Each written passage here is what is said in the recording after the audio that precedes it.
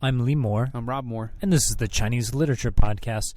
Rob, we're looking today at something that is not good literature. Actually, it's not even literature, at all. No. It's about literature. It's about literature, but it's not literature. So no. What are we looking at today? We are looking at a talk that Mao Zedong gave in Yan'an in 1942 on art. What's the purpose of art in a communist society? Hang on, you just said a word, Yan'an and Mao. Can we explain those to the listener? So if you're the who sort of is person, Mao? Yeah, if you don't is really he important? If you don't know who Mao Zedong is, you really need to get on Wikipedia and read something. It's funny, Lee, you and I were talking about this right before the podcast. The number of people that we run into in the U.S. who have no idea who he even was. Mm-hmm. And honestly, that's fascinating to me because it's troubling in a way. Because China is the largest country on the planet, and Mao Zedong was someone who changed and affected Chinese culture more deeply than anyone in the 20th century by a long shot. I would say by a long shot. You're shaking your head because you're contrarian, but sure. By nature, no, that's not true. You just like to contradict me. That's not true. Kind of true. We're arguing about the fact that you don't argue. I love it. Anyway, so Mao was one of the very first communist leaders in China when the party was formed in the early 1920s by Chen Duxiu and Li Dazhao. Quick correction. He wasn't really a leader in the No, party. not He was then. at the party when it formed, Yes. but he was like just passing through and happened to be there almost. He wasn't in charge of anything in the beginning. He sort of Duxiu, rose to power as it moved on. Yeah, Chen Duxiu was the leader. And you know what's interesting is that some of those early socialist thinkers were way more interesting than Mao. Like Li Dazhao in particular was a fascinating writer. We'll have to talk about him at some point. Anyway, Mao comes into his own essentially when Chiang Kai-shek Chiang Kai-shek begins to crack down on the communists in the late 1920s. The White Terror is in 1927 when Chiang Kai-shek just essentially starts slaughtering thousands and thousands of communists. And in the several years that follow, the party sort of fragments into various local bases, and then even that goes down the drain. No, go ahead. And we should point out, so a lot of my students are unclear on communism and the nature of communism. Marx is this 19th century economist / philosopher. Know who Karl Marx is. If you're listening to this podcast, you have to know who that is. Who came up with communism. But communism is not just we all sing Kumbaya and get along. Communism is a very specific theory. And Marx proposed that the proletariat, that is the factory workers, the urban workers are going to unite and recognize that they are all the same class and that their class consciousness will be stronger than national consciousness or whatever, and they were going to overthrow the people who were oppressing them. Right. And Mao, the way he gains control of the party, it's interesting. He gains control by rejecting what Marx said about peasants, which Marx thought peasants were just redneck hicks who had no ability to have a class consciousness. Well, that and the important thing about the urban workers of proletariat is that they're participating in a system that robs them of the fruits of their creative work. And for Marx, creativity is a little like one of the laws of thermodynamics, where you can't destroy it or create it. It's just this mass of energy, and the more you take away, the more it builds up until finally the workers are like, yeah, we're going to do something about this. But the farmers, they don't have that. Who cares? Like no one, they're just kind of out on the fringes, right?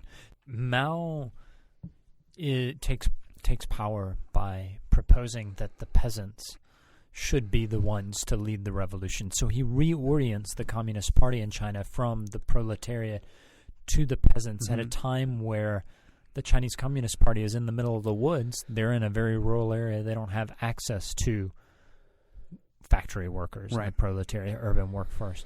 And so, well, and even more importantly than that, China in the early 20th century did not have the kind of developed urban industrial workforce that, say, Germany and England did. That's sort of true, but neither did Russia. I guess it depends where you are in Russia. Well, I mean, it depends on where you are in China. Shanghai actually had a very developed population of factory workers.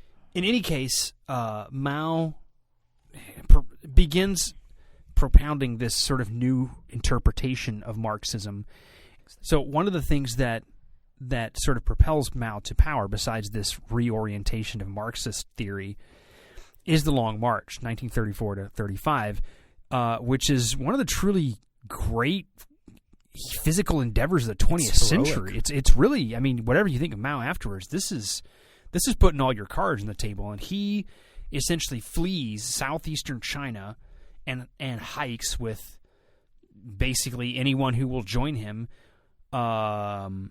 Let's see, I forget the exact distance. All the way up, China. Yeah, like it's something like, and this is actually several thousand miles. I forget the exact. This reorientation of the Communist Party is occurring during the Long March. It occurs at the Conference of Zunyi, and I think we talked a little bit about this on a different podcast, but this, more than anything else, is what forms communist ideology for the decades to come. Not any particular writing, but this hardcore status. If you're a communist, you're willing to die for it, because they were, and lots of people did. Even today, I would say this period is what most defines Chinese communism. You're fighting against the odds. I think even the Communist Party in China now still tries to have this sort of like, we're the underdog. We're sort of fighting against the powers that be, etc. No, it's not the bourgeoisie that they're fighting. It's the Americans, or the West or Western. But there's pollution. always got to be There's always got to be a long march. There's always got to be this great endeavor that we all have to join together and do.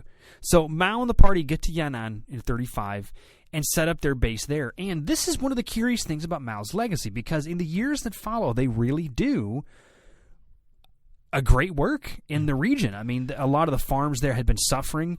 They introduced collective labor, and people ate better. The region we're talking about is just north of Xi'an, where the terracotta warriors are. When I was in China in 2006, it was a 10-hour train ride north. I'm sure it's much less now.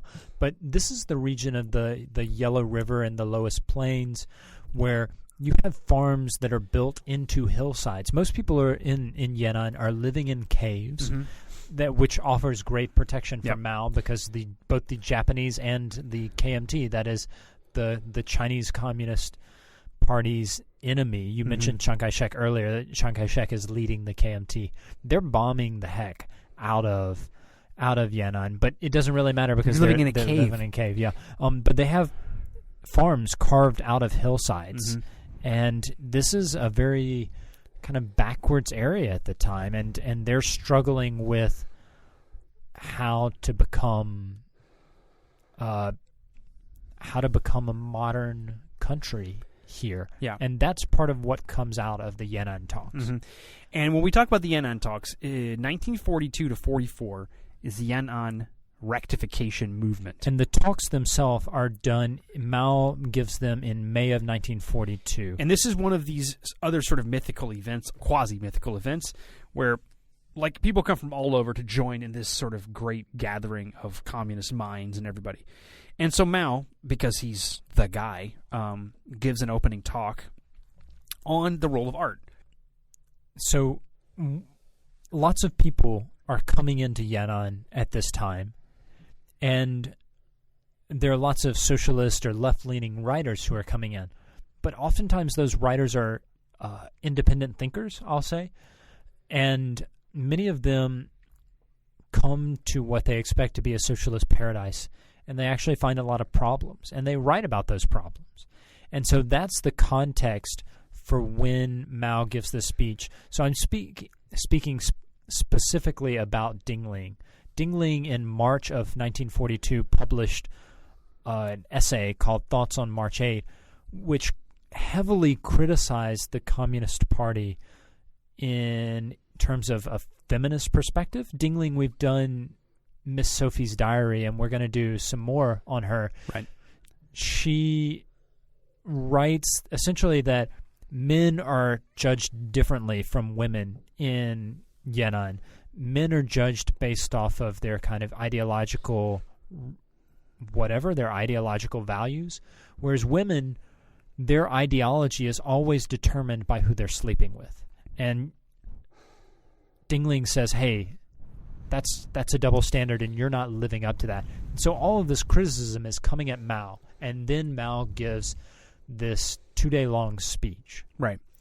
And the speech, in its essence, is him saying, you know, all these people who are coming and writing Lord only knows what, they're missing the point.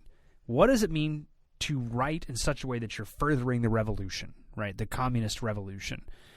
And the way you do that is essentially not to just write about what you think about this or you think of that. You need to be writing for and about the masses, the people.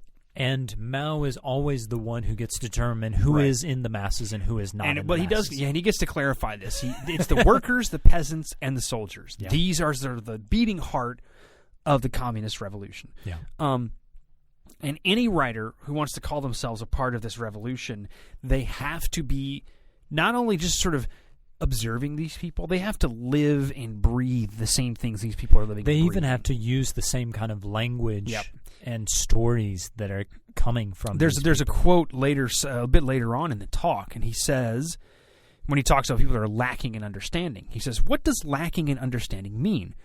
Not understanding the language. That is, not being familiar with the rich, lively language of the masses. Since many writers and artists stand aloof from the masses and lead empty lives, naturally they are unfamiliar with the language of the people. Accordingly, their works are not only insipid in language, but often contain nondescript expressions of their own coining that run counter to popular usage. And this is way more interesting than it sounds, because if all he had said was, you know what, you people and people like you who aren't even at Yan'an, who are just sort of writing whatever you want, you're totally missing the boat. That would be one thing. But the specific charge he levels against them is that their writing is aesthetically lacking. It's not content. It's that the style, the language itself is, and I like the word that is used here in translation, insipid. It's bland. It's like lacking in flavor. And what's so fascinating is that for me, and we've talked about this before, this propagandistic literature is actually the insipid thing. And when you read Mao's speech, it goes on, and at some points, he's just kind of like talking for the sake of talking. He's not really saying anything. He's just talking almost to make you listen to his words. They don't actually make any sense. They're just kind of boring, wandering, ideological buzzwords. But and so that charge specifically seemed to me to stand out and be like, hey, Mao, you actually are a really horrible writer. Well, but see, this is the thing. This is why it is an interesting charge, because he's not using the same aesthetic standard that had always existed and saying that people actually hit that standard. He's saying that standard is not a standard. The real standard is this one over here.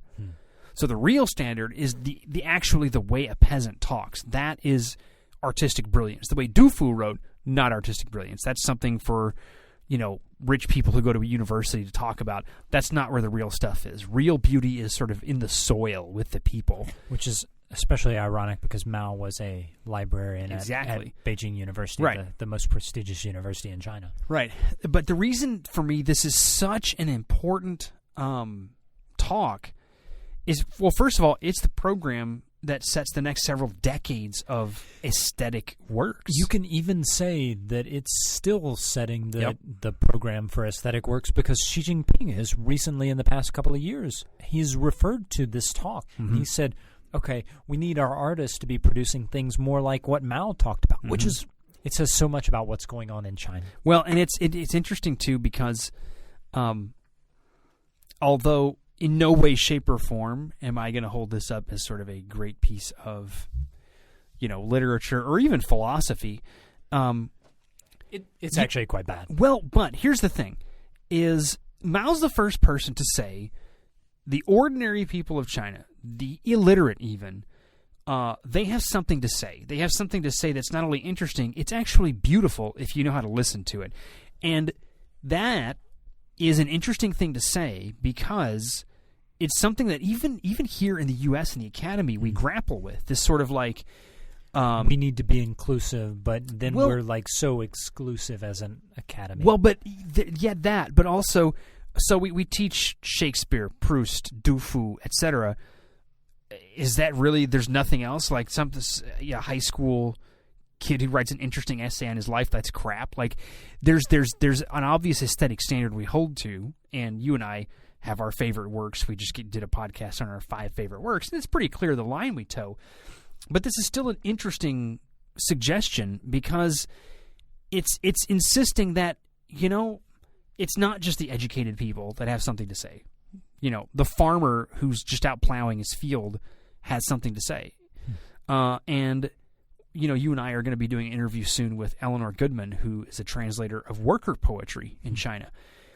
And it is pretty remarkable, some of the sophistication that is in this stuff that you would never have heard about otherwise. And it's completely... the bias against it is oftentimes completely class-based. Yeah, absolutely. And I'm guilty of it myself. How can a construction worker write great poetry? Which right? is, honestly, that is why I brought into it. I was like, we'll see. This is probably going to be kind of like, the artwork you put on your fridge that your kid does that actually looks like garbage, but you're like, oh, it's really cute that you did it. Yeah, exactly. No, it actually is really interesting. Yeah. What's interesting, though, is that, and where this program for me breaks down, and this is going to be one of my final thoughts on the whole thing, is Mao assumes that by having something to say, the peasants, the workers, the soldiers, what they say is going to support more or less what he's doing, but that's not necessarily the case, because yes, they have something to say, but the ordinary people are not interested in Marx. They're interested in ghost stories and folk stories and gossip and stuff that you're not really supposed to be writing if you're a good communist, but it's what they're writing. They're way more familiar with, say, the Romance of the Three Kingdoms and more in favor of that than anything Mao was talking about. So, and Lee, you and I talked about this beforehand, but Mao opens this speech out in saying, let's go learn from these people. Let's drink their water. Let's listen to their speech and let's put that into words. And then that starts to happen. And then, but these people really aren't hardcore communist warriors. They just kind of want to tell fun stories and they're not interested in the revolution. For me, the takeaway that's so interesting is how this echoes historically. We talked a little bit about how Mao was responding to Ding Ling and Wang Shiwei and others who were criticizing him. This happens again and again throughout the history of the PRC. Under Mao, there is a period where Mao says, hey, we need more criticism, like we're getting too stuffy here in the Communist Party. Let's let the people, the masses, criticize us. And then he gets that criticism and he's like, actually, we need to clamp down on this criticism. On page 479 of the text that we're reading, he says the masses can't be criticized. And by the masses, he of course means himself as a representative of the masses, I would argue. And this happens again and again. We see it in the 100 Flowers campaign. Mao in 1955 says, hey, we're getting a little too stuffy. Let's hear what the people have to say. And then suddenly people start criticizing him, and he gets his feelings hurt. And so he initiates the anti-rightist campaign. And that leads to the Great Leap Forward. And then that gets out of hand when the world's, the largest starvation in history occurs. Something like 25 to 55 million people starve in China in a handful of years in the late 1950s. And Mao is pushed sort of out of power, and then the same thing happens again where there's a period of opening up, and then you have the Cultural Revolution. And so I think it's fascinating that the seeds of this dynamic that haunts Chinese communism, and really I would say all communism, can be seen in this speech. That's what I take away from it. Yeah, and the only other thing I'd add to that is that a lot of this is, I think, rooted in the fact that he was himself a poet and does have some aesthetic preferences. And he's not a bad poet. He's not a bad poet. He's not a genius, but he's not bad. Yeah. And I think there's always this realization that if you let people just write what they want, they'll produce beautiful stuff. But on the other hand, it's not going to further the cause of the party. And then, of course, later Mao himself. So there's always this seesaw between, look, we need to produce great art. And then also on the other hand, well, yeah, but if great art is undermining the party, then maybe we shouldn't do that either. So, and that all of that, like you say, is in this talk. I think that's a good place to end it. Yep. I'm Lee Moore. I'm Rob Moore. And this is the Chinese Literature Podcast.